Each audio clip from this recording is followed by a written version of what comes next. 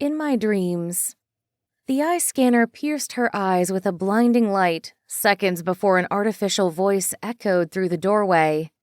Identifying Dr. Astrid Hawkins, number 103.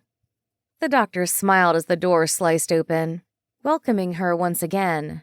The pristine corridor of the Sardonis Proxima Research Station swallowed her whole.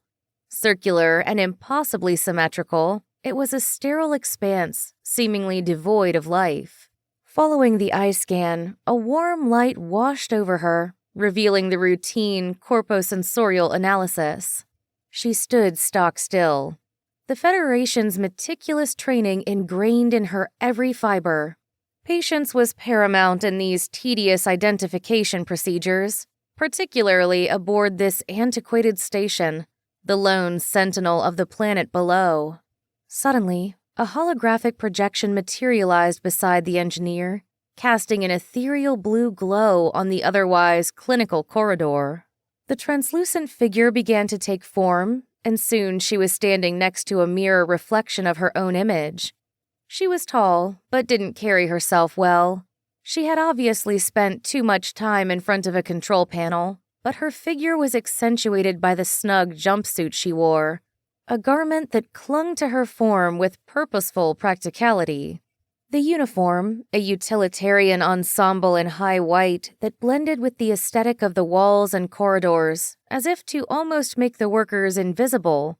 But on her, it was contrasted by the vibrant cascade of sun-kissed blonde waves that framed her face.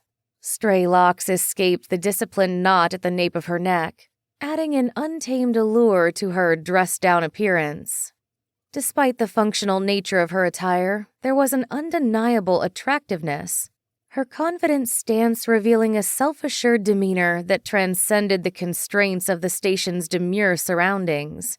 As the hologram flickered, a pair of glasses materialized on her face, an anomaly in this area where such accessories were considered archaic.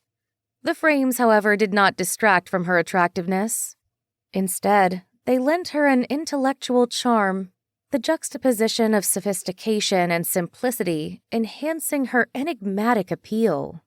The holographic representation highlighted the subtle curve of her lips, a testament to a playful spirit hidden beneath the veneer of professionalism. This engineer was not just a cog in the vast machinery of the station.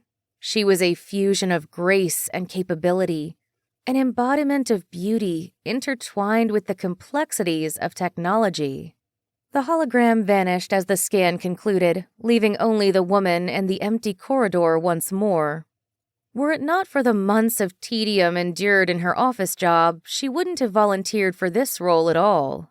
What she'd envisioned as a simple support gig and brief respite amidst the wonders of space tourism had morphed into a demanding position, requiring considerable ingenuity and resilience. She had never been to the Sardonis station before taking this assignment, but she was quickly getting used to navigating its labyrinthine corridors like a seasoned resident. At her station by the double windows of the control room, her contemplation naturally drifted towards the immense blue planet below. It was a landscape of breathtaking beauty, not unlike Earth. The climate was unforgiving, though, with winds that regularly reached hundreds of miles per hour, and it could turn terrifying. A major reason behind the initial decision to abandon any colonization plans. The isolation of the system added to the eerie silence of the station. But having only a little window to look at made it easier to focus on her job, allowing the unnecessary mental clutter to evaporate and leaving only the necessary algorithms flowing through her mind in a state of perfect efficiency. "Late again, Hawkins," said a familiar husky voice. She turned to Victor, her longtime coworker and partner in crime. A buddy to mess around with when things in deep space were shit-ass boring. His company always left her teetering between annoyance and amusement.